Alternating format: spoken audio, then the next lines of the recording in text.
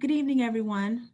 This is Kim Porter, Director of Community Development, and I'd like to thank you all to tonight's live stream of the Village of Woodridge, May 18, 2020 Plan Commission meeting. Throughout this meeting, you'll see references to providing comments. Please email your comments to comments with an S, PC at vil.woodridge.il.us. There will be 3 cases considered tonight. So if you have any questions or comments, again, send all comments and questions to comments with an S, PC at vil.woodridge.il.us. Also, as a reminder, throughout this meeting, there will be several moments where you'll be hearing a pause, and that will be on purpose to allow staff to review emails to find out if we're actually receiving any comments and questions. So you won't be experiencing any technical difficulties. The pausings that you will experience are purposeful. Thank you. Chairman? Thank you, Director Porter. Welcome to everybody who is on the call tonight. Thank you all for attending, commissioners, staff, and applicants. Tonight's agenda, we have 3 cases, as Director Porter mentioned, but I'd like to start the meeting with a call to order. Commissioner Baylog, can you please call the roll? Yes, Baylog here, Cortez. Here. Gasper. Here. Girag. Here. Sealander. Here. Hendel Kununen. Here. Presbyorka. Here. All here. Thank you. We have quorum. All right, our next item on the agenda is the approval of the minutes of the Plan Commission meeting on March, I'm sorry, Phil, your agenda says March 2nd, but my script says April 20th. That would be correct. So it is the April 20th meeting minutes. So can I hear a motion to either approve the April 20 meeting minutes, or if there's any comments or changes? Sealander makes a motion to accept the minutes of April 20th. Girag seconds. Sealander. Aye. Girag. Aye. Baylog, aye. Cortez. Aye. Gaspar. Aye. Hendel Kununen. Aye. Presbyorka. Aye. Okay, motion carried. Okay, our first case tonight is the Woodridge Plan Commission consideration of a major amendment to a planned unit development, High Crest Townhome Leasing Office, 3514 83rd Street. Tonight's case consideration will include a public hearing, and we will enter that public hearing now. This agenda item is a public hearing of the Plan Commission convened for the purpose of considering a request for rezoning from the Village of Woodridge B1 Neighborhood Shopping District to OSB Office and Service Business District for Green Ridge Professional Building. Oh, I'm sorry, I was reading the wrong one. Let me start again.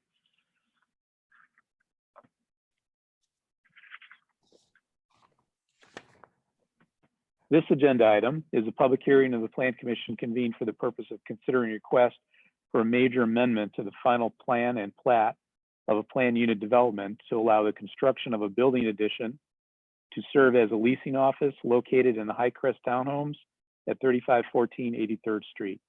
The applicant is Monument High Crest, LLC, 3514 West 83rd Street, Woodridge, Illinois, 60517. The applicant is seeking a request for a major amendment to the final plan and plat of planned unit development to allow the construction of a building addition to serve as a leasing office in the High Crest Townhomes. Notice of the public hearing on the matter to be considered was published in the Bugle on April 29th, 2020. A copy of their certificate of publication shall be made a part of this hearing record as Village Exhibit A. Let the record reflect that all other notices required by law have been given. Is staff ready to present the report? I am, and I'd like it to be entered into the record as Exhibit B once I have been sworn in. Okay. For staff and all applicants for tonight's consideration, please raise your right hand virtually. Do you swear that the testimony that you are about to give is the truth, the whole truth, and nothing but the truth? I Please do. affirm by saying I do. I do. Thank you. Prior to speaking, please state your name and address for the record.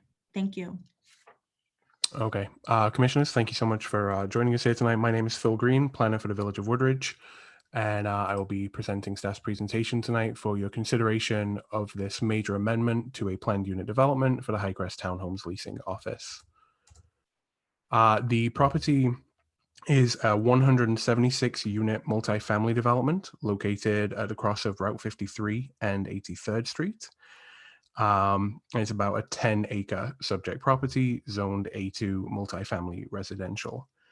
The property contains the aforementioned dwelling units, one of which currently serves the property as a leasing office, and also a swimming pool amenity for resident use.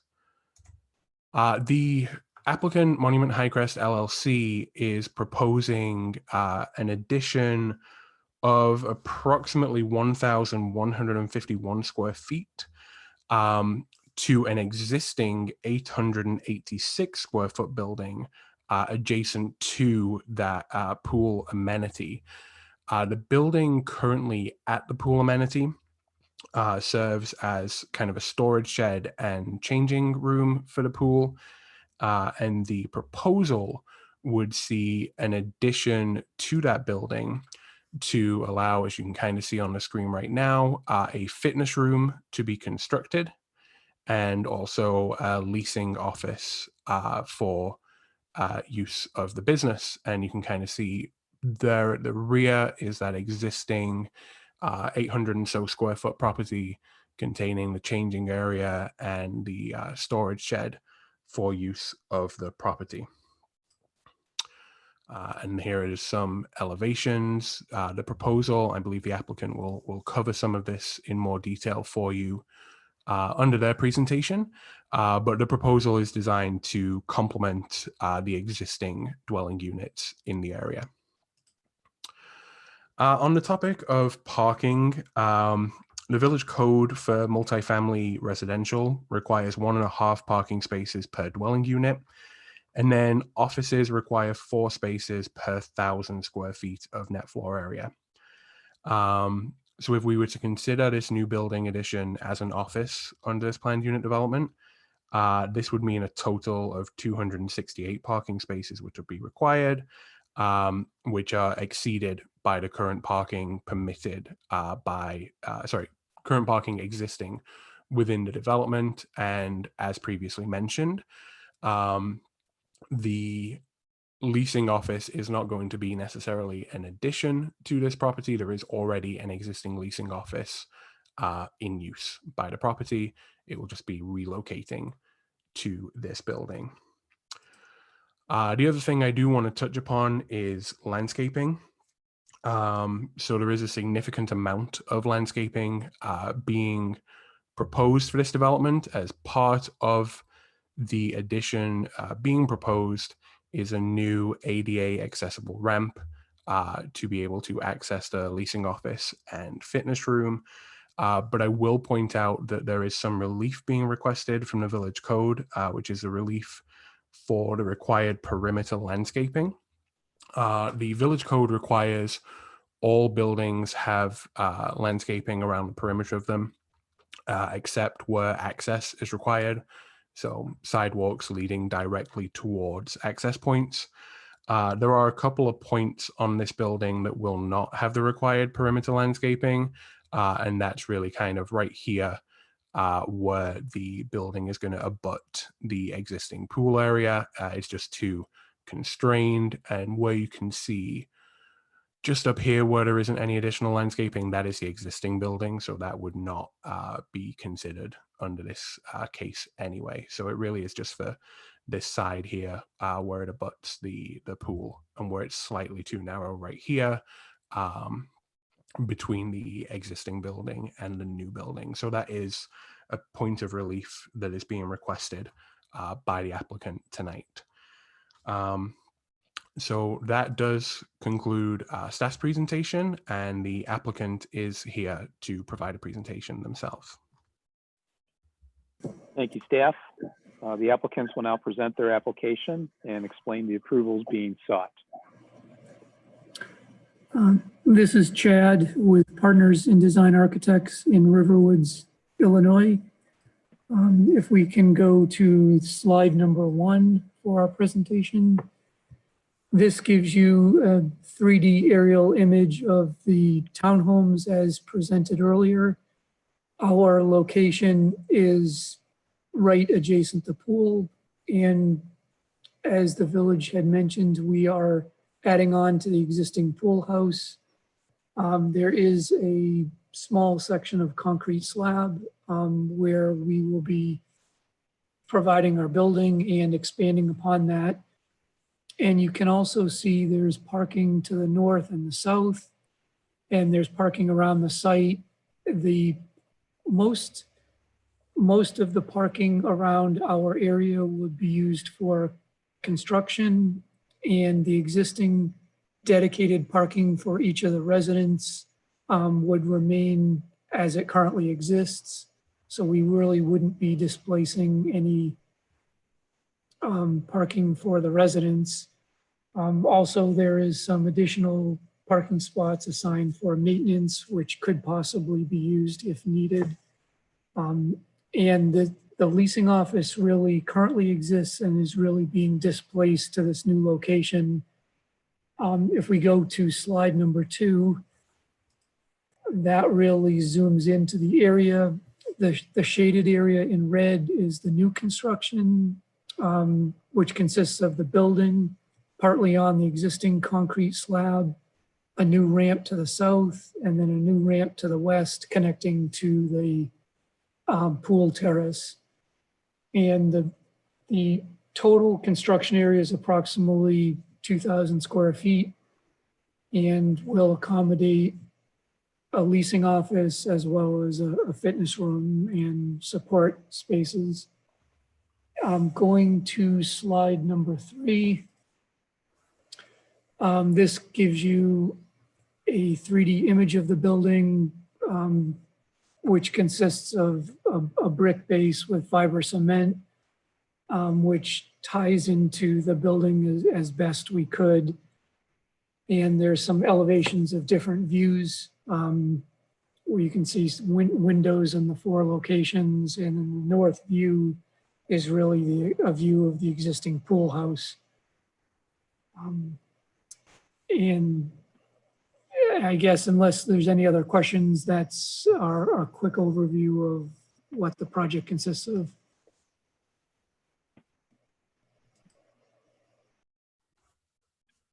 Thank you, Chad.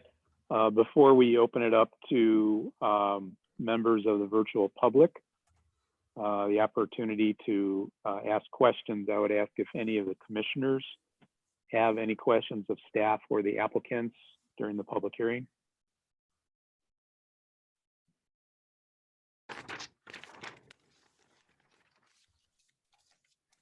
Okay, hearing, oh, go ahead.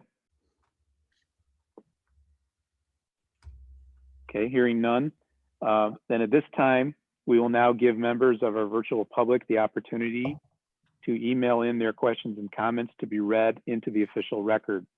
Please send in your questions and comments to comments@vil.woodridge.il.us. Upon receipt, staff will read in your questions and or comments into the official record, and the applicant's witnesses, and village staff will respond as needed. So at this point, we will pause because of the delay on the YouTube live streaming for at least a minute so that message could be streamed out live, and wait to see if we have any messages coming in. In the meantime, Director Porter, the messages you said you did receive, were they on this case or a different case? They're on this case, Highcrest Townhomes, Chairman, and I will read the 3 into the record. Okay. This original case consideration was rescheduled, and so we did receive 3 comments dated March, April, and May, respectfully. The first comment received is from Kevin Stowe, Land Preservation Manager with the Forest Preserve District of DuPage County. He writes, the Forest Preserve District of DuPage County recently received a public notice for a petition requesting application for a major amendment to a special use permit for a PUD on the subject property. We appreciate receiving timely notification of such requests that may have an impact on district property, and thank you for the opportunity to comment. District staff has reviewed the information provided and does not have any comments to share, but requested that this letter be read into the record. That concludes this comment for Forest Preserve District of DuPage County. The second comment we received was from Anton Schrago, received Tuesday, April 14th. In regards to the building of a leasing office by Monument Highcrest LLC, I feel they have the right to build whatever they want on their own property. But I also feel they need to manage the construction so that their building process does not affect my current lifestyle. It took over 2 years to get the tenants of the apartment complexes to not park in front of my house and my neighbors all night. The town and police worked so hard to make this possible.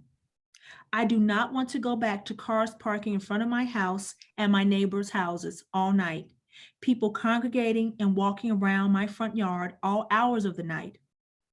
It's a safety issue for me and my neighbors. Also, they would use our front yards as their private garbage cans. They even left soiled baby diapers on my front lawn, parked abandoned cars. So if the town is going to allow their tenants to park all night in front of my and my neighbors' homes, I say no, no, no to the construction. Please do not say it will be temporary. It took over 2 years to give us back our safety and peace of mind. We can't allow you to put us back in that unsafe position. Woodridge needs to stand by the homeowners. None of the problems of this new construction should be dumped on the homeowners in the area. If they want to build this building, they should find a way to do it that does not affect us. I sincerely hope Woodridge stands up for the homeowners in this situation. This concludes this public comment. The third public comment received with respect to this case consideration was received Wednesday, May 13th from Kim Tupper. Dear Village Plan Commission, my husband and I lived in this village since 1982. Since that time, the Highcrest townhomes have gone through several management companies.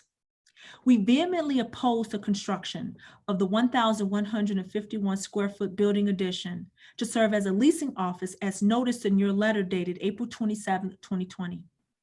First and foremost, they have such limited parking now.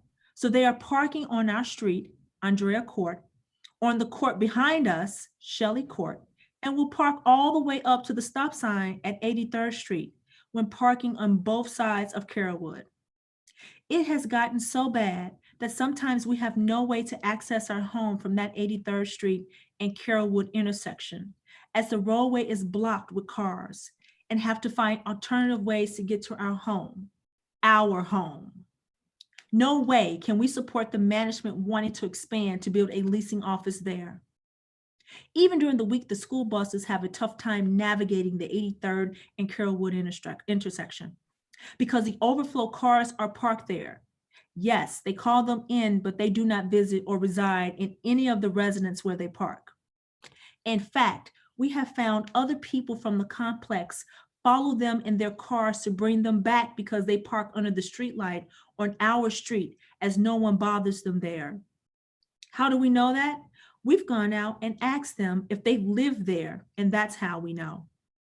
This again causes us, the homeowners, problems because now none of us can have guests park in front of our house because the overflow from the townhouses where guests or residents is back blocking up our streets on a nightly and daily basis. The townhome parking issue on Carrollwood makes it impossible to get out of our subdivision most days. If they build this building, we know it is going to cause even further parking issues, and we will continue to have no or severely limited access to our residents. Had the village agreed with our proposal a few years ago, limiting the parking on Carrollwood with no parking here to corner signage, we might have had a different perspective. The current plan and parking issues accessing our residences make us send you this empathetic no on this proposal. And that concludes this comment. Now I will go to the email for another minute to see if we receive any additional comments with respect to this case consideration, Chairman. Thank you, Director Porter. So we'll now have a pause as we wait for the lag between the live and the YouTube streaming.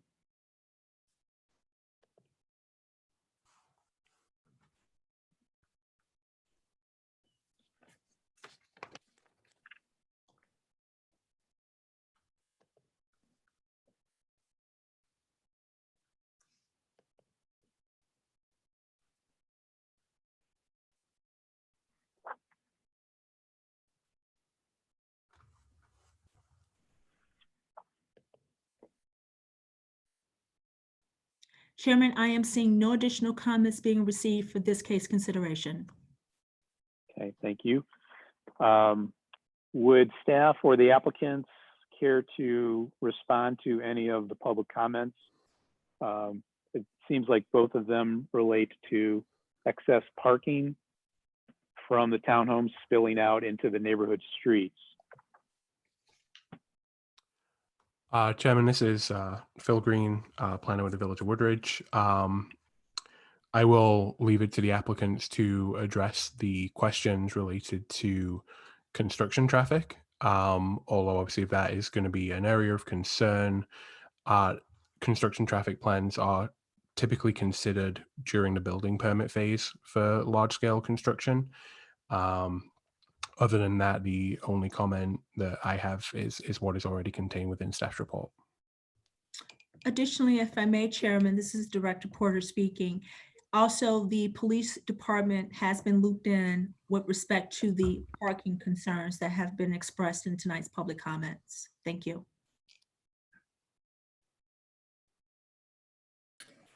This is Chad with Partners in Design Architects. I will briefly address that issue and then turn it over to the building management. But our plan is to have construction traffic isolated around the pool area on site, and that will occur during normal business hours, and there would be no need for the construction people to be there overnight. I can't really address what's happening with the residents in adjacent neighborhoods, but from the construction point of view, the intent is that everything would be on-site, accommodated with no overflow parking or impact to people parking in front of the street, being there at night, and causing other issues. So with that said, I'll turn it over to Tyler, the building management, and he may have some additional comments. Sure. This is Tyler with Monument Highcrest LLC. I will say in respect to the parking issues, we are a relatively new owner, and, parking restrictions and parking, towing and things of that nature, we implemented pretty strongly as we took over the property. And I know that, we've tried to correct, a large number of the issues that, were brought to us right away in the beginning. As far as, construction parking displacement, as Chad touched on, I will not have any vehicles, construction vehicles left on site from any of the crews, overnight. I do know that, obviously parking is valuable and people do like to park as close to their apartments as possible. So I don't see that being an issue. And I know that it was touched on, adding an office. Luckily in this situation, we are just moving the office from one location on the property to the other. So any parking that was taken up by employees previously will, not be added. It will rather be just relocated to a different location.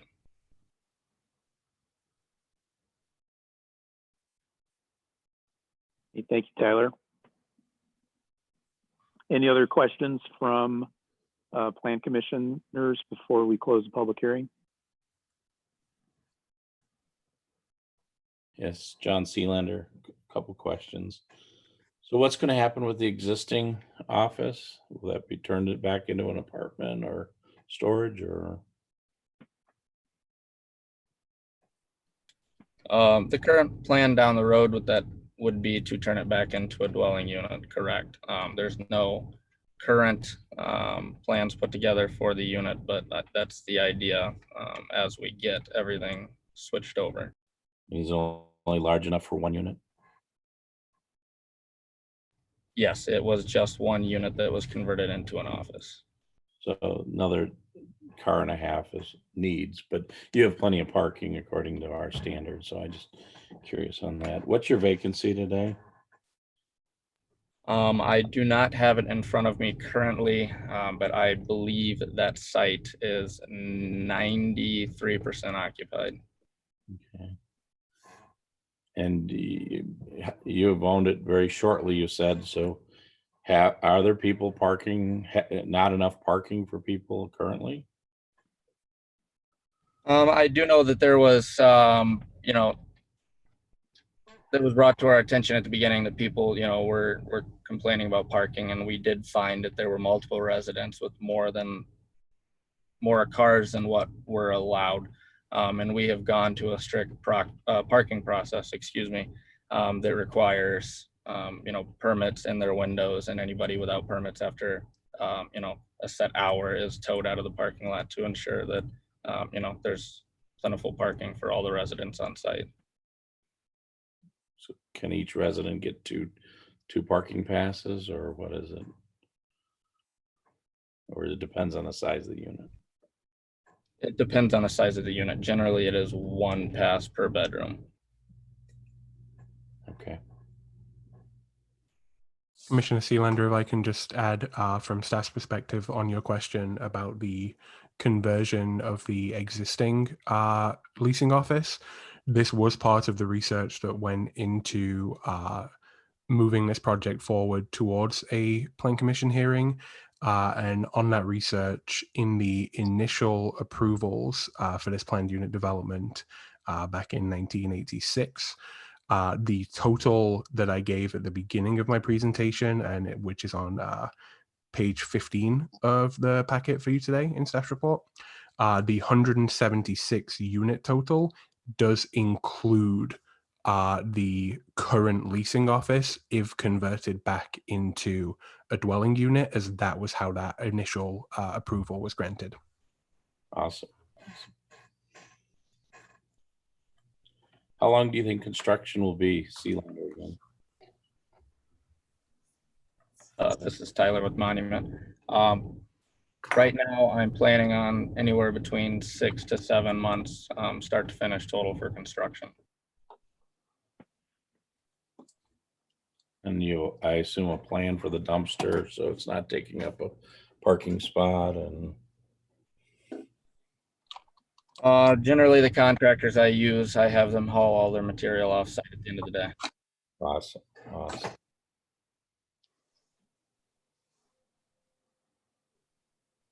That's all I have.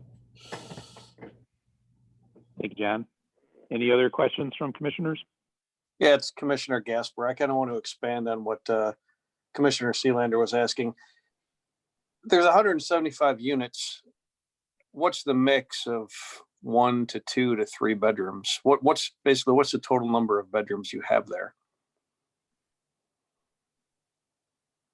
I do not have that information in front of me, unfortunately.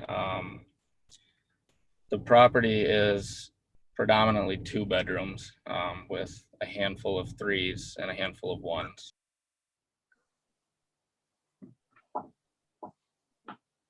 Okay, so then my question is going to be, do the number of permits that you give out for parking exceed the number of spaces that you have?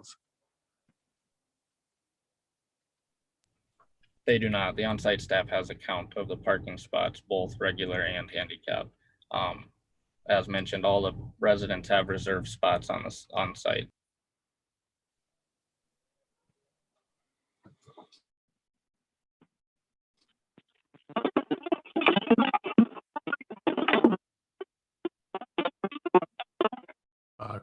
Commissioner Gaspard, it sounded like we had some technical trouble hearing you then.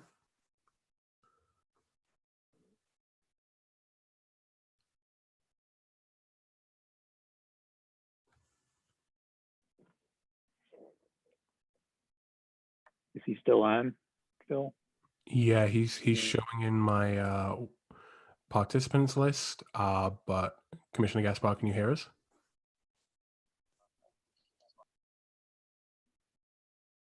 Yeah, I see him on mute now. Okay.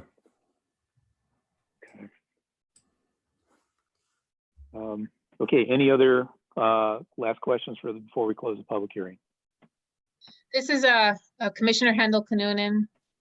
I want to continue on another question dealing with the parking. If the residents have reserved parking, what amount of parking would be available to guests that may have to spend the evening, visiting somebody? What, in terms of the residents that have the reserved parking, how many spots are left that are open for an occasional guest? I do not have an exact count of guest spots. Generally, from my time spent on the property, it's 2 to 3 spots in front of each or beside each building throughout the property. Thank you.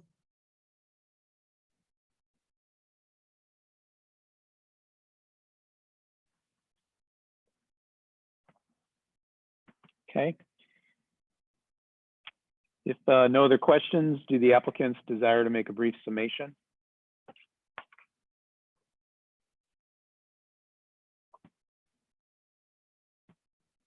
This is Nancy Bailog. Sorry, I do have a question. I want to Okay. understand the 2 comments that we heard.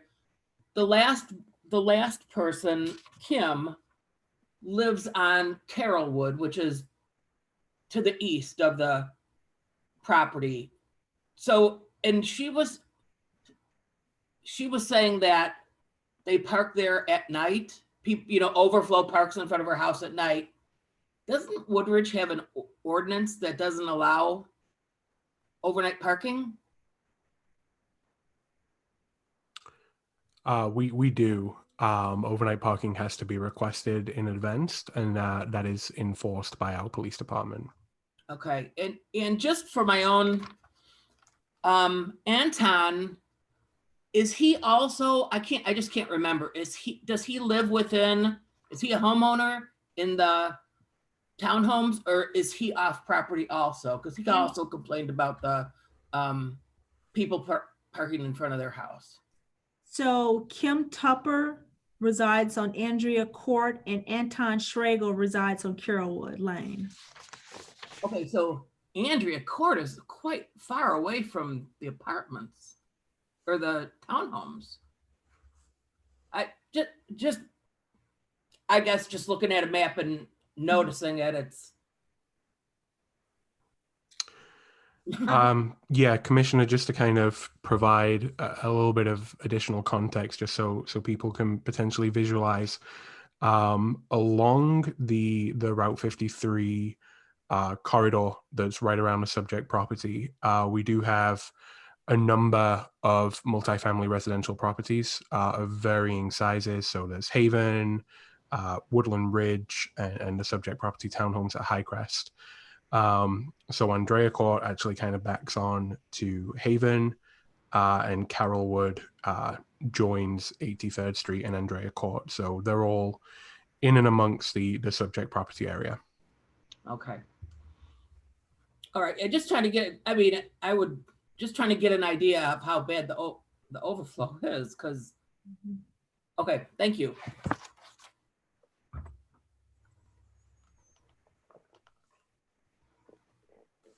Okay. Once again, I'll ask the applicants, Chad or Tyler, do you wish to make a brief summation before we close the public hearing?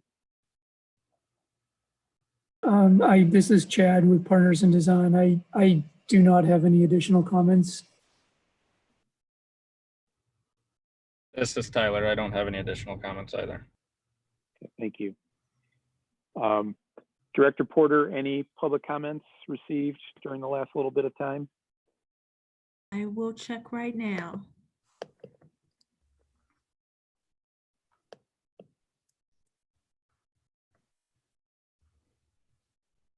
No additional comments were received for this case consideration, Chairman. Thank you. Okay, the Plan Commission will be considering its recommendation at its regular meeting this evening. That regular meeting is not a public hearing and no statements or testimony will be permitted. At this time, I would like to ask the Plan Commission for a motion to close the public hearing. Commissioner Gasper will motion we close the public hearing. Elander. Second. Who is second? Elander. Thank you. Gasper, Aye. Elander, Aye. Baylog, aye. Cortez, Aye. Drag, Aye. Handel Kanunin, Aye. Presbyarka. Aye. Motion carried. Okay, commissioners, any additional discussion or comments or questions for staff or the applicants not part of the public hearing?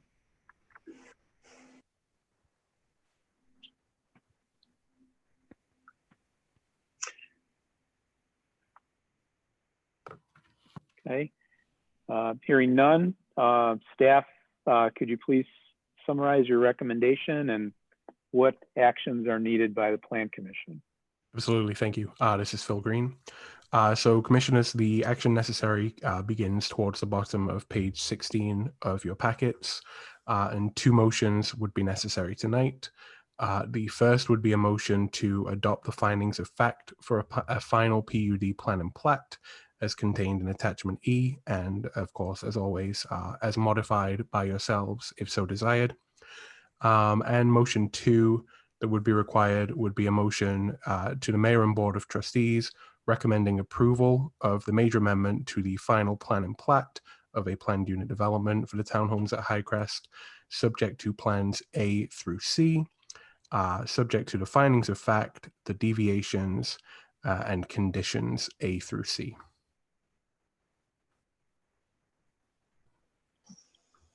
Are there any comments or desires to change any of the recommendations before we entertain a motion?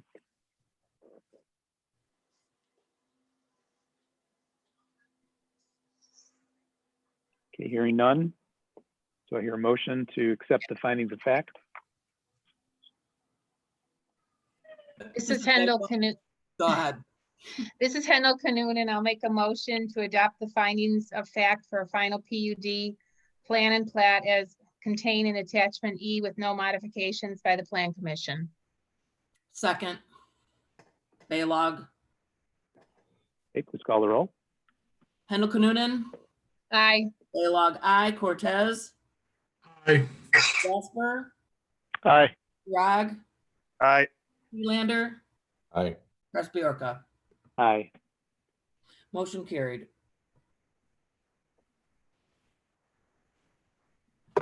Okay, now we need a second motion for a recommendation to the mayor and board.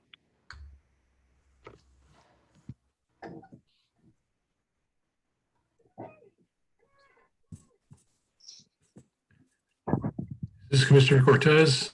I would make a motion to the mayor and the board of trustees recommending approval of the major amendment to the final plat and plat of the planned unit development for the townhomes at Highcrest, subject to the plans A, B, and C as listed in the agenda, and subject to the findings of fact, including Exhibit E, together with the deviations listed in Exhibit F, and subject to the conditions A, B, and C. Thank you. Need a second? Commissioner Gasper will second. Cortez, Aye. Gasper, Aye. Baylog, aye. Gerard, Aye. Elander, Aye. Handel Kanunin, Aye. Presbyarka. Aye. Motion carried. Okay. Okay, well, good luck to the applicants in your next phase of your journey. Second case consideration tonight is a consideration of a zoning map amendment, a rezoning for the Green Ridge Professional Building 7409 Woodridge Drive. This case consideration also includes a public hearing. This agenda item is a public hearing of the Plan Commission convened for the purpose of considering a request for rezoning from the Village of Woodridge B1 Neighborhood Shopping District to OSB Office and Service Business District for Green Ridge Professional Building located at 7409 Woodridge Drive. The applicant is True Properties 3, PO Box 2611, Glen Ellen, Illinois 60138. The applicant is seeking a request for a zoning map amendment from B1 to OSB for the Green Ridge Professional Building. Notice of the public hearing on the matter to be considered was published in the Bugle on April 29th, 2020. A copy of the certificate of publication shall be made part of this hearing record as Village Exhibit A. Let the record reflect that all other notices required by law have been given. And is staff ready to present their report? I am, and once again, I would like to enter my presentation onto the record as Exhibit B. Thank you. So once again, this is Phil Green, planner with the Village of Woodridge. Let's swear in the applicant. Jim, are you on the line? Yes, hello. Register myself, please. Is that what you're asking? Yes, I'm going to swear you in. So please Yes. raise your right hand virtually. Do you swear that the testimony that you are about to give is the truth, the whole truth, and nothing but the truth? I do. Thank you. And when you're presenting, please make sure you state your name and address for the record. Phil? Absolutely, thank you. Okay, so commissioners, this second case before you tonight is for a zoning map amendment, also known as a rezoning, for Green Ridge Professional Building at 7409 Woodridge Drive.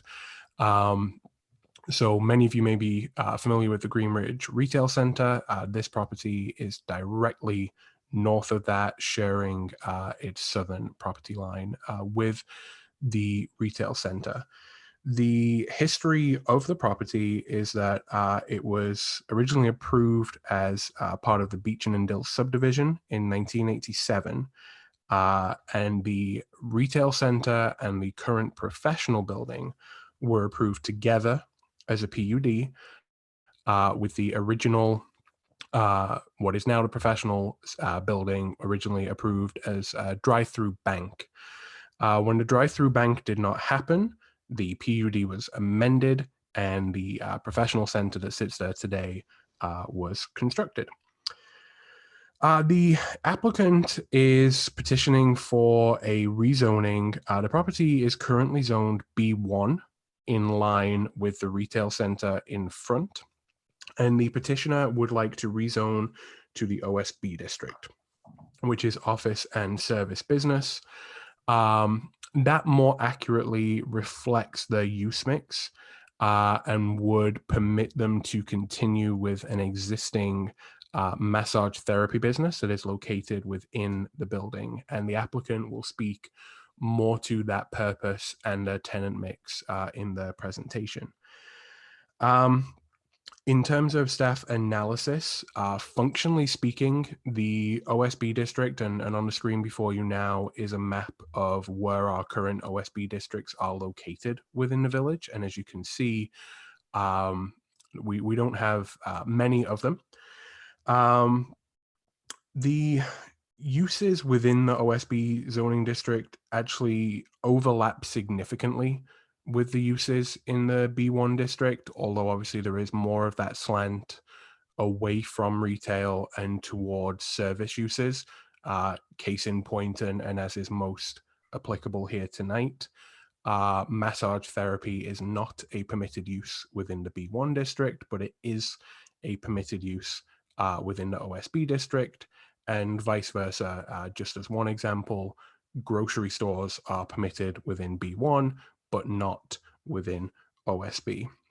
And on page 34 of staff's report, just to give the commissioners some context in terms of land use trends within the village, over the past 5 or so years, vacancy rates have trended upwards for retail uses within the village. Our vacancy rates have increased for retail uses, whereas our vacancy rates for office uses are down.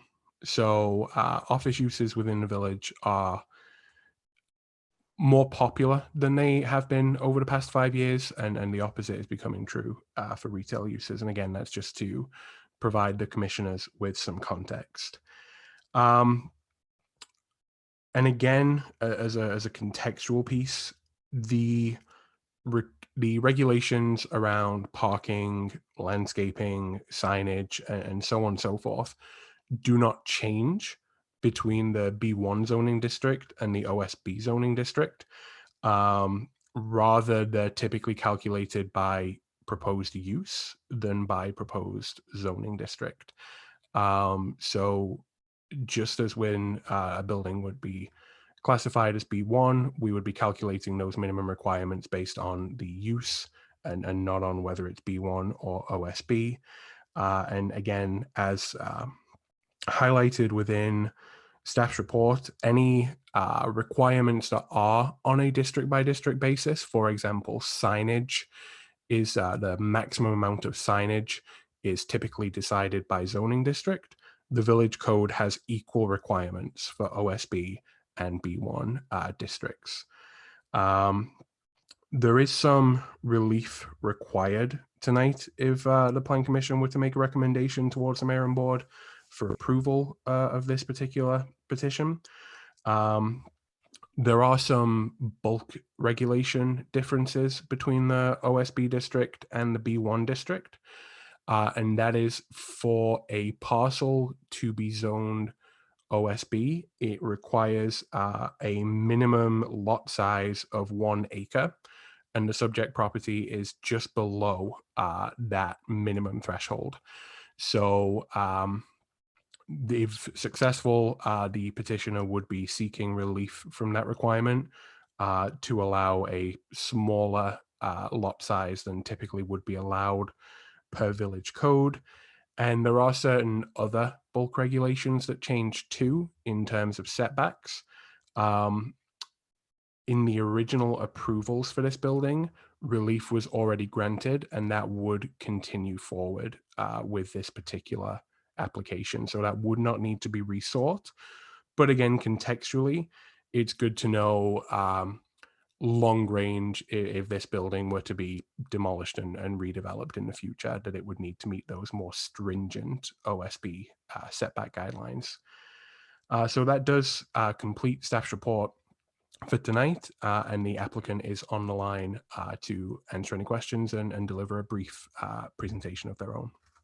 Thank you, staff. The applicants will now present their application and explain the approvals being sought.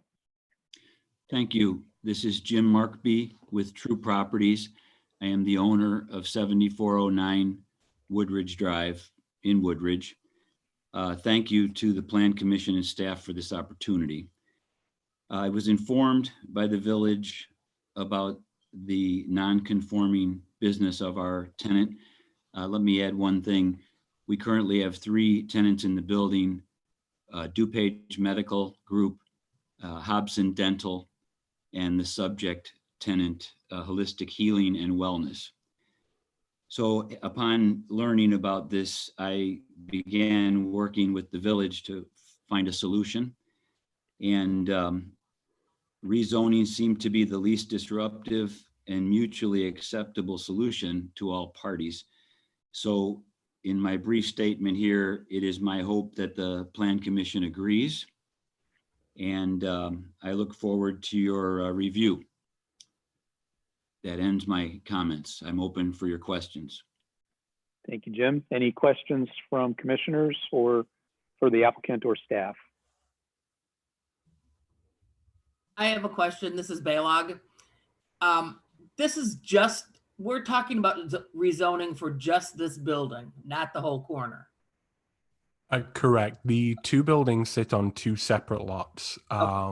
So the original approvals considered them both together, but this particular consideration would only be for the office building, and the B1 zoning would still apply to the retail building that's in front. Okay, thank you.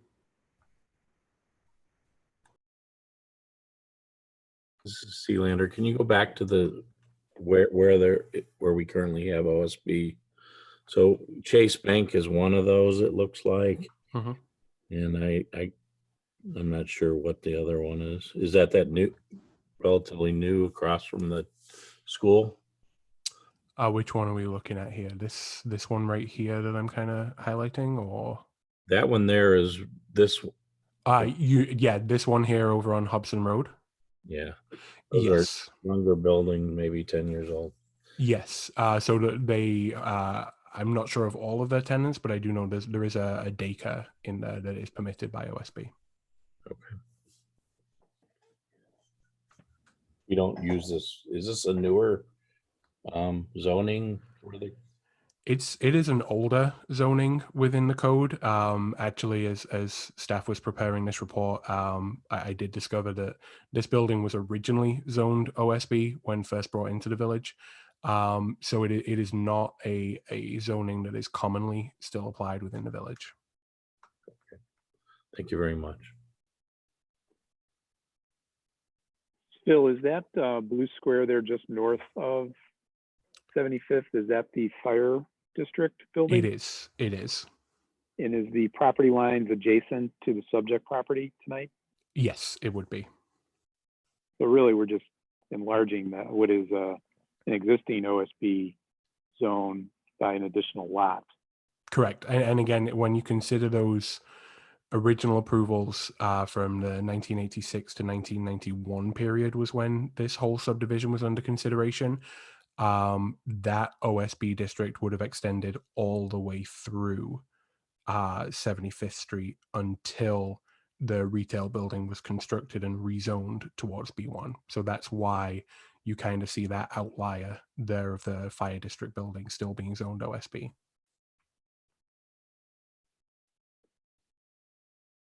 Thank you. Any additional questions from commissioners? This is Commissioner Cortez, and question for the staff. So, I mean, I'm assuming this choice to go to OSB was the choice of was what the village thought was the best choice to be able to deal with the problem that's currently in place with having an incorrect tenant is not meeting the code at that point for that zoning. Right. So, Commissioner, if I understand your question correctly, this was an effort on behalf of multiple village departments, specifically led by administration and the village attorney. The village does conduct semi-regular inspections of businesses for business license purposes. And obviously there are certain enforcement options available to the village, but typically, you know, the administration department and the village attorney felt it was better to at least engage the property owner in conversation first. And in amongst that conversation, rezoning was seen as one path forward if the applicant so chose to pursue it. Okay.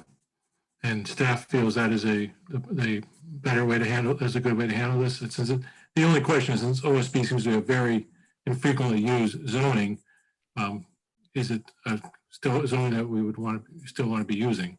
Or is there a reason not to be using it to this point? With the tenants that currently occupy the building and with the floor plan that the building has, obviously it's the building owner's job and prerogative to attract tenants. But staff did not necessarily feel that the OSB district would limit that building any further than the B1 district zoning currently does in terms of tenant attraction, based on the actual floor plan within the building is very heavily tailored towards medical office tenants. Okay, thank you.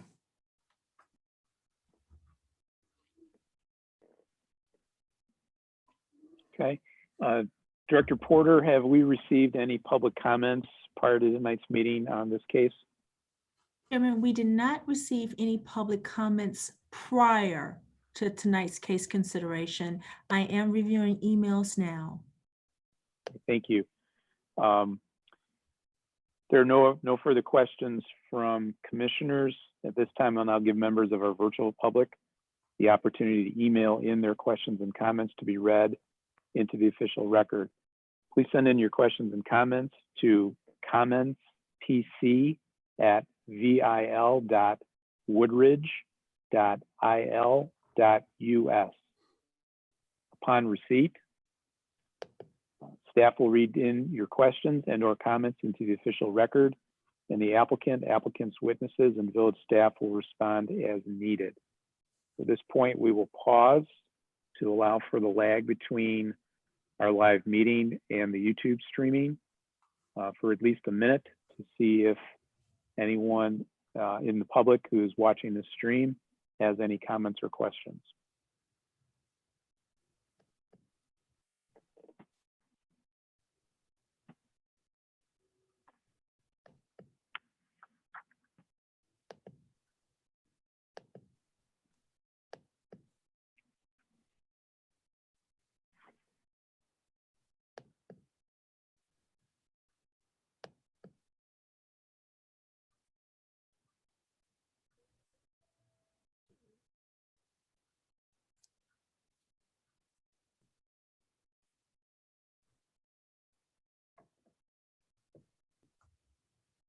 Chairman, I am seeing no comments or questions being received for tonight's case consideration.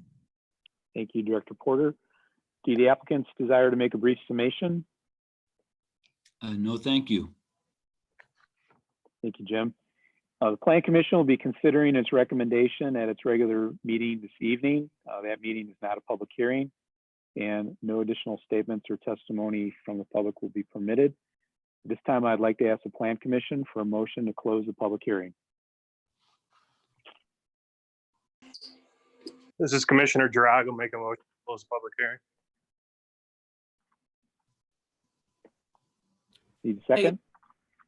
Baylog seconds. Okay, please call the roll. Jirag, Aye. Baylog, aye. Cortez, Aye. Gasper, Aye. Lander, Aye.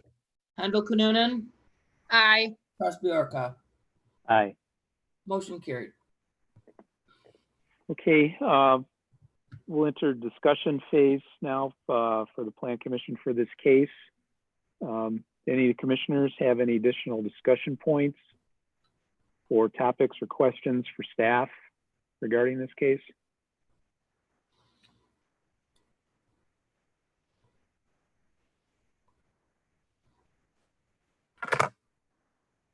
Okay, hearing none.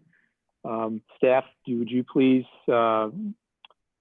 summarize your recommendations and the actions required by the commission? Absolutely, thank you. So if the Plan Commission is to look on page 35 of your package, you will find that there is only one motion required for this particular case tonight, and it would be to make a motion to the Mayor and Board of Trustees recommending approval of a zoning map amendment rezoning to the village's OSB, Office and Service Business District, under the zoning ordinance of the village.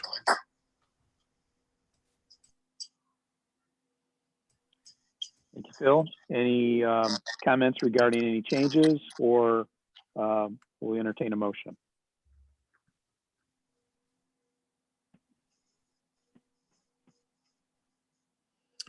This is Commissioner Jiraga. I'll make a motion to the mayor and the board of trustees recommending approval of the zoning map amendment, rezoning to the village OSB office and service business district under the zoning ordinance of the village. Thank you. Need a second? Handel Kununen, second. Please call the roll. Sorry, I'm talking on mute. Jirag, Aye. Handel Kununen, Aye. Baylog, aye. Cortez, Aye. Gasper, Aye. Lander, Aye. Presbyarka. Aye. Motion carried. Okay, thank you. All right, the last case for tonight's agenda is the consideration of a certain proposed text amendment to Title IX of the Municipal Code, removing limits on rooftop solar energy systems. The applicant is the Village of Woodridge. This case consideration also includes a public hearing. This agenda item is a public hearing of the Plan Commission convened for the purpose of considering an amendment to Chapter 9 of the zoning ordinance of the Village of Woodridge to remove the maximum coverage limitation for roof-mounted solar energy systems. The applicant is the Village of Woodridge, 5 Plaza Drive, Woodridge, Illinois, 60517. The applicant is seeking a request for an amendment to Chapter 9 of the zoning ordinance of the Village of Woodridge to remove the maximum coverage limitation for roof-mounted solar energy systems. Notice of the public hearing on the matter to be considered was published in the Bugle on April 29, 2020. A copy of the certificate of publication shall be made a part of this hearing record as Village Exhibit A. Let the record reflect that all other notices required by law have been given. Is staff ready to present their report? I am, and once again, I would like to enter my report and presentation into the record as Exhibit B. Thank you, Phil. And as I've already been sworn in, I will continue on. So, Commissioners, the final case before you tonight is for a text amendment, and it is a case being brought to you by staff to, as mentioned, remove the 50% maximum coverage limitation on rooftop-mounted solar energy systems. The rationale is twofold. So, conversations at a staff level began when the village began receiving phone calls from interested businesses that are operational within the village and who are beginning to explore the possibilities of solar systems for their buildings. The conversations that were had were primarily at a very early and conceptual level, although I will state that since creating this report, some of those conversations have advanced to the point where some businesses are considering permitting moving forward. The conversations that were had with some of our businesses primarily involved the access to financial incentives for the installation of solar energy. And in conversation with some of these businesses, as outlined on page 37 of your agenda packets tonight,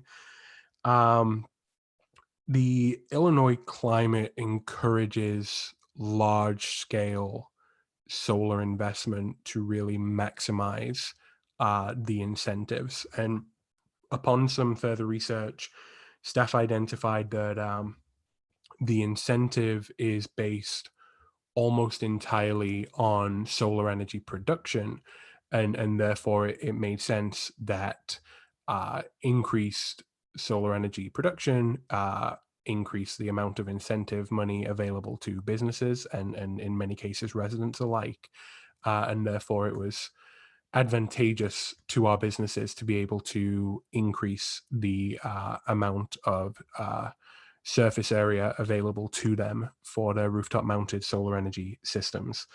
The second piece of this proposal centers around the SolSmart designation, which is an award granted by the Department of Energy that identifies municipalities in particular that have committed to promoting the use of solar energy as a green alternative to fossil fuels, and that have worked to streamline that process for both residential applicants and business applicants alike. To provide some context on that, the village has received the bronze level award and the silver level award already. And in conversation, we had identified a pathway towards the gold rating, which would be awarded based on essentially a series of points for specific actions. And taking this action, so removing coverage limitations for rooftop mounted solar energy systems, established a clear pathway toward the gold award for SolSmart. I will state, just for the record, that this was a rescheduled public hearing. The initial report and request was put together pre-COVID-19. And so staff is still reviewing that pathway forward now in the light of the COVID-19 pandemic, as some of those points were based around some in-person events that were unfortunately cancelled, but understandably due to the current situation. So we are reviewing and working with partners to continue forward as the village has set that goal of attaining the Soul Smart Gold designation. And as part of this research, staff did research our surrounding communities and tried to find out who had a 50% requirement on their rooftop solar systems. And the only two that we found that still maintained that limitation were Romeoville, still has the limitation in their code, and Lyle still has the limitation in their code. But upon conversation with Lyle, staff at Lyle told staff at Woodridge that they're essentially waiting on other communities to remove that limitation so that they can cite it as precedent, as their staff are working on a similar text amendment proposal for consideration by their board. The other communities surveyed, Naperville, Lamont, Downers Grove, and Darien, do not place any limitations on the amount of rooftop that can be covered by solar panels. And again, just so that we're very clear on the actual request tonight, the only change that will be made is the coverage of the actual roof itself. So the percentage of a roof that can be covered in solar panels. There is no requested change to height, angle, or any other safety requirements. And that does conclude staff's presentation. Thank you, Phil. Any questions from Plan Commission?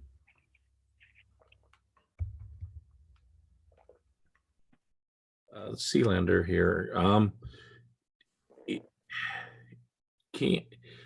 So it says on the limitations on the roof of the main structure and any accessory buildings, and just, so do we what about it being on the ground?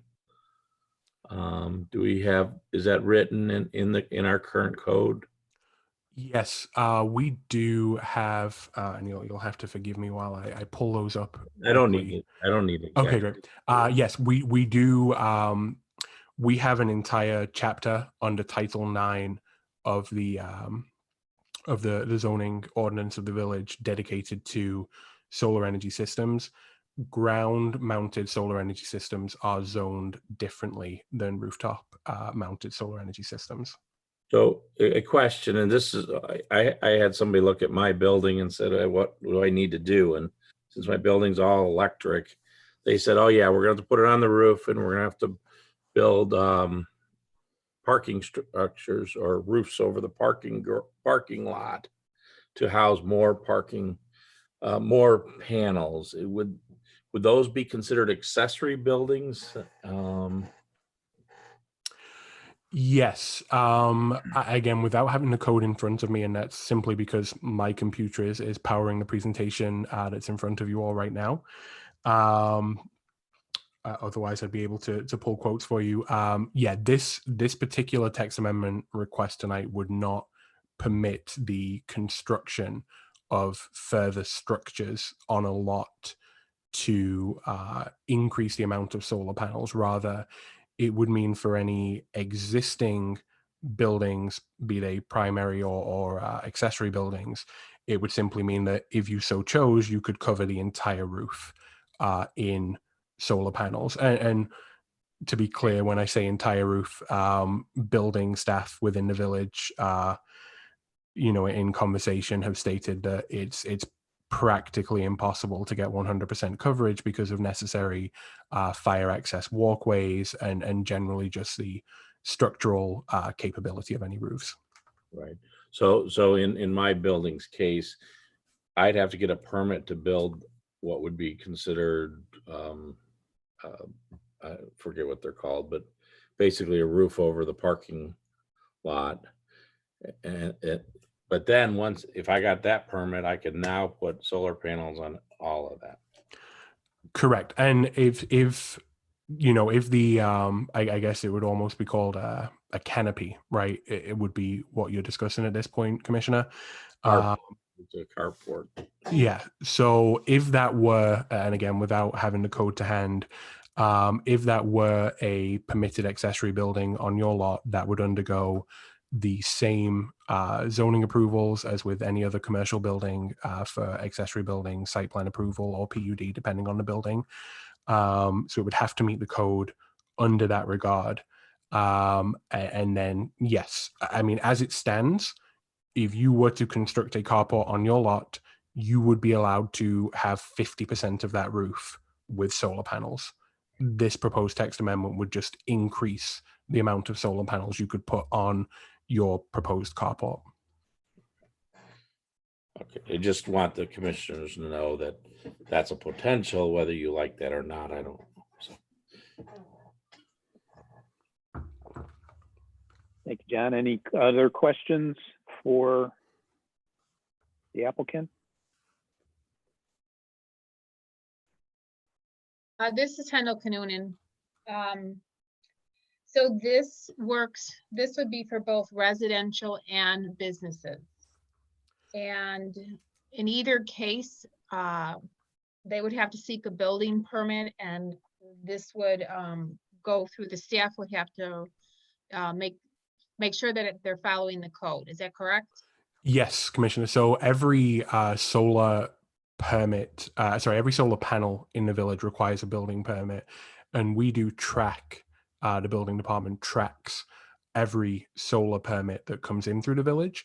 And actually, one of the projects that we're working on currently as we move towards Soul Smart Gold is to make that tracking public facing so that you can actually see the amount of solar that's available within the village. But yes, one of the requirements for a solar building permit is it has to be signed off on by an architect or a structural engineer. The actual application itself has to be stamped by an architect or a structural engineer that basically certifies that the roof can remain structurally sound and hold the weight of the proposed number of solar panels.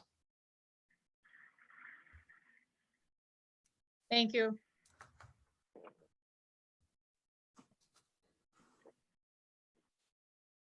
Director Porter, did we receive any public comments or questions on this case prior to tonight? Chairman, we did not receive any comments prior to tonight's case consideration. Thank you.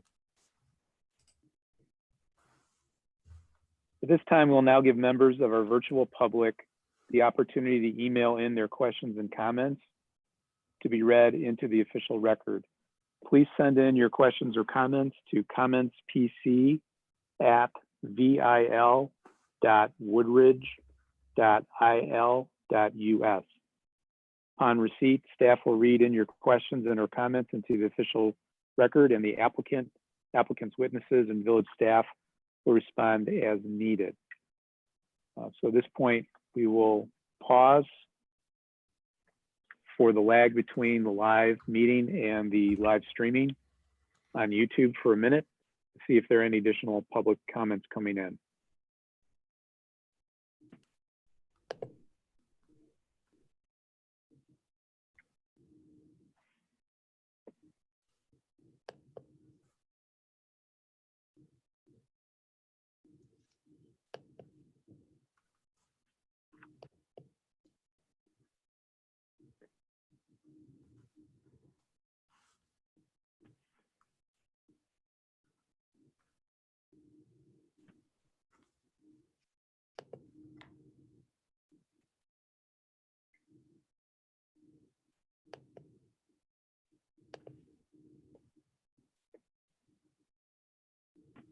Chairman, staff has not received any additional comments or questions with respect to tonight's case consideration.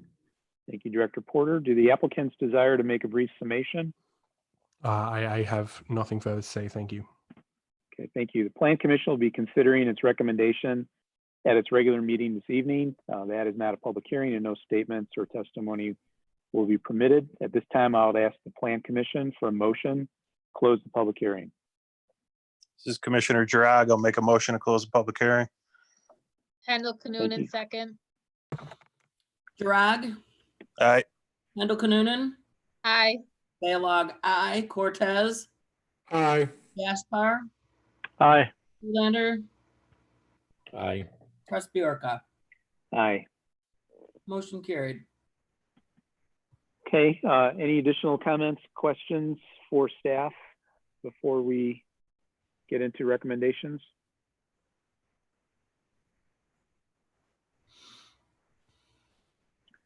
Phil, I do have one question for you on page Sure. 39 Yes, of your packet. I'm assuming this is just a copy and paste issue, but Yes, so the title the- there says hookah lounges.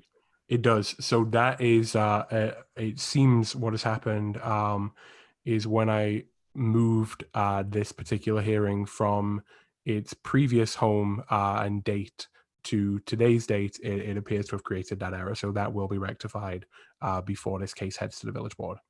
Okay, I just wanted to make sure that the section that's cited there, the 912.7C1 is the correct section. Yes, the that we're section is correct. The header has been incorrectly duplicated when moving the item to this agenda.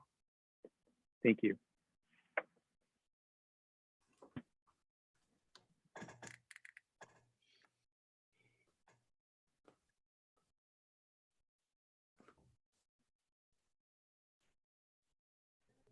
Okay, no additional questions or comments. Staff, would you please summarize your recommendations and actions necessary by the commission? Absolutely.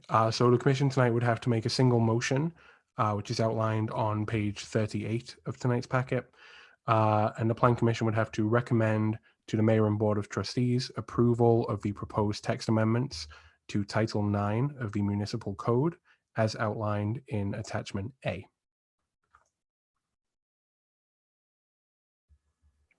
Thank you. Any discussions relative to the recommendation, or should we go right to a motion?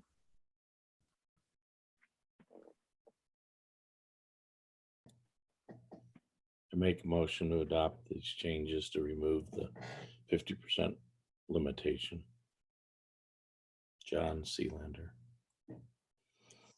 Bailog, second. Okay, please call the roll.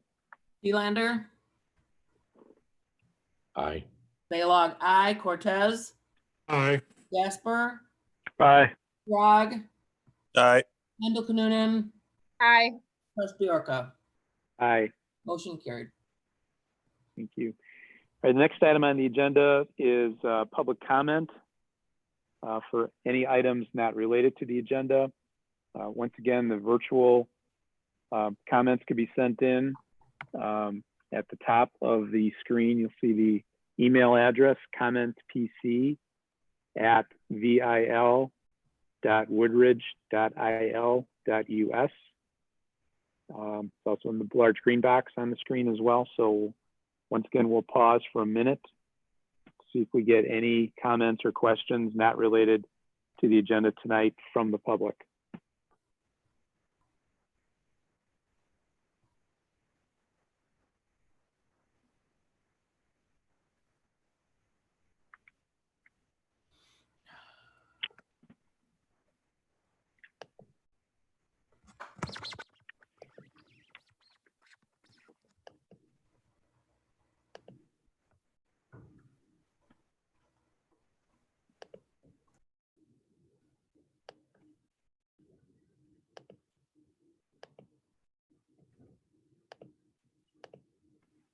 Chairman, no additional comments or questions have been received. Thank you, Director Porter. Next item on the agenda, any discussion items not on the agenda tonight from the Plan Commission? I just have a question about parking allocation on that apartment complex. So is that a kind of a federal zoning thing, 1.5 per unit? Is that something that the village came up with? How does that usually happen? That, Commissioner Sealander, that is a part of the zoning, municipal zoning ordinance, that parking requirement. Communities, most communities that have adopted zoning ordinances or zoning chapters within their overarching village, city, or town code has various parking requirements per use, and that is the parking requirement for the village of Woodridge at this time. And so that's kind of a national standards or some sort of standard that's out there. Mhm.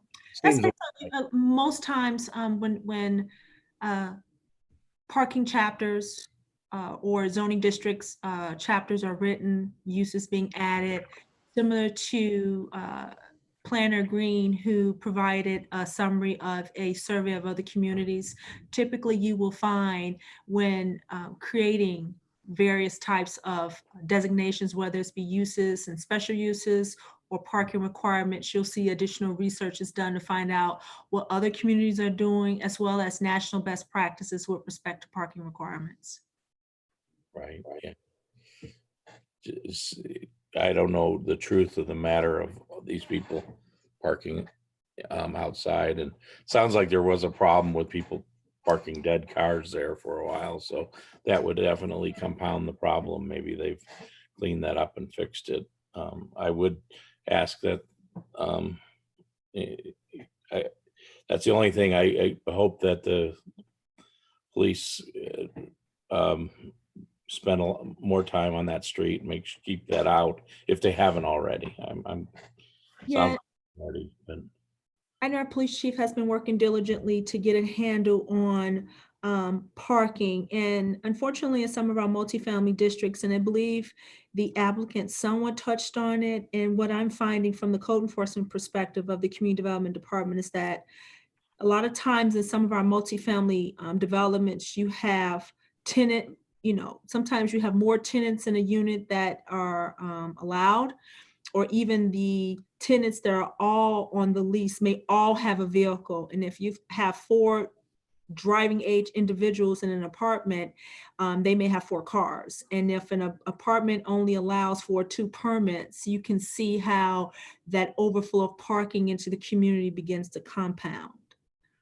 And so staff, in conjunction with our police department, with all of our multifamily developments, when we're hearing about parking issues, our working community developments code enforcement team is working to work with our multifamily developments to ensure that they try to get a handle on the overflow of cars, in tandem with our police department working to regulate and, if necessary, write tickets for those cars that should not be parked on these residential streets. That's great.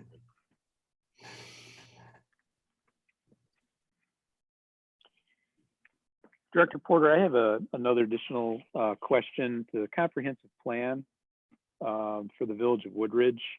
When was the last time that was conducted? And the reason I'm bringing it up is obviously we've got had a zoning case tonight.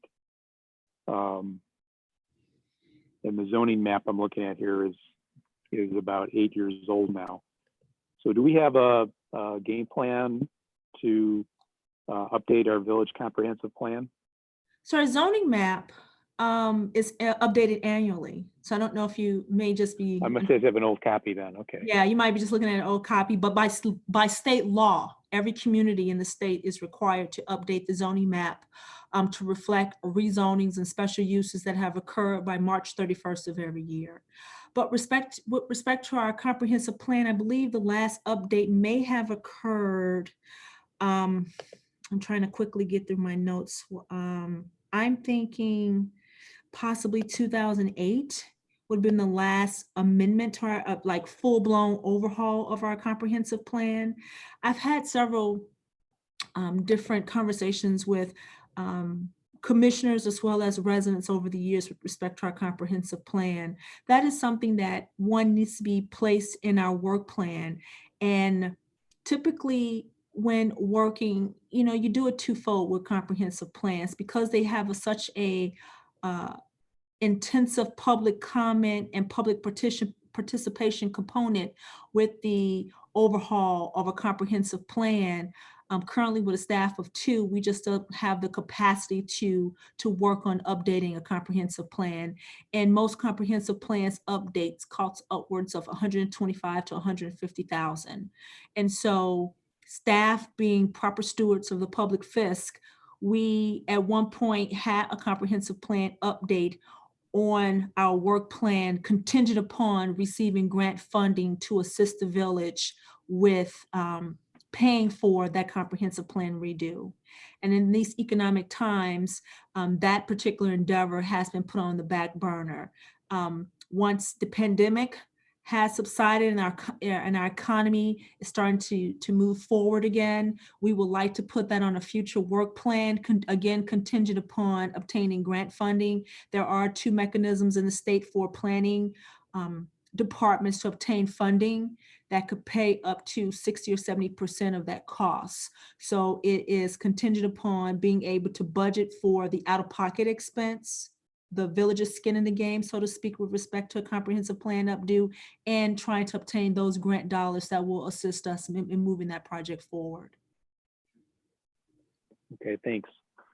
The reason I brought that up is there was an article in the Chicago Tribune this past weekend that had a discussion around how now that the country is doing a lot less traveling during the pandemic outbreak, how air pollution in certain cities has been significantly reduced.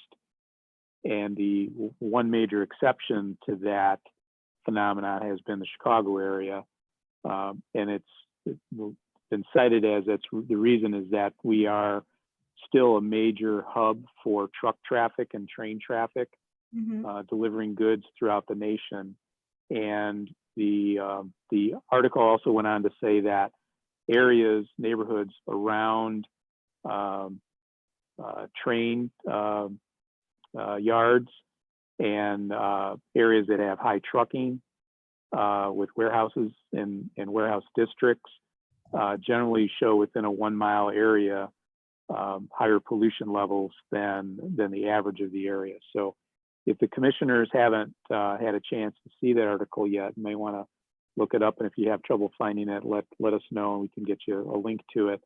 But that's something to keep in consideration as we take a look at some of these cases, especially along Lamont Road, where it seems like there have been a number of cases over the past few years of applicants wanting to put in warehouses and storage units that would increase truck traffic in and around Lamont Road, 83rd Street, and the surrounding neighborhoods. So since the Plan Commission, I think, is one of our responsibilities is to determine how we want our village to function and look and the lifestyle. I think that's something that would be a good bit of homework for us, is to understand how those decisions that we make around those types of installations affect the neighboring communities as well, and the immediate neighborhood. So just something to think about if you haven't had a chance to see that article yet. And Commissioner, if I can, this is Phil Green. I do just want to add, on the regional level, as you kind of discussed, staff is active within groups, committees, and cohorts, if you will, of local communities as it pertains to regional efforts to understand those issues and plan for the mitigation of them. So Will County is currently undergoing a comprehensive planning effort surrounding specifically truck traffic and the identification of pain points and the mitigation of pain points. And the village does have a seat on that steering committee moving forward with that plan. Thank you, Phil. It's good to know. Okay, any other discussion items? Any updates of previous Plan Commission cases? It looks like Starbucks and Club Pilates will be going before the village board this Thursday for case consideration. Thank you. And with that, I'll hear a motion to adjourn.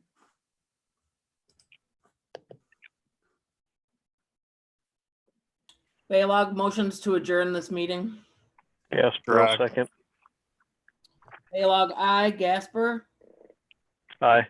Cortez, Aye. Drag, Aye. Lander. Did I miss you? Aye. Sorry. Handle Noonan, Aye. Trustee Aye. Motion carried.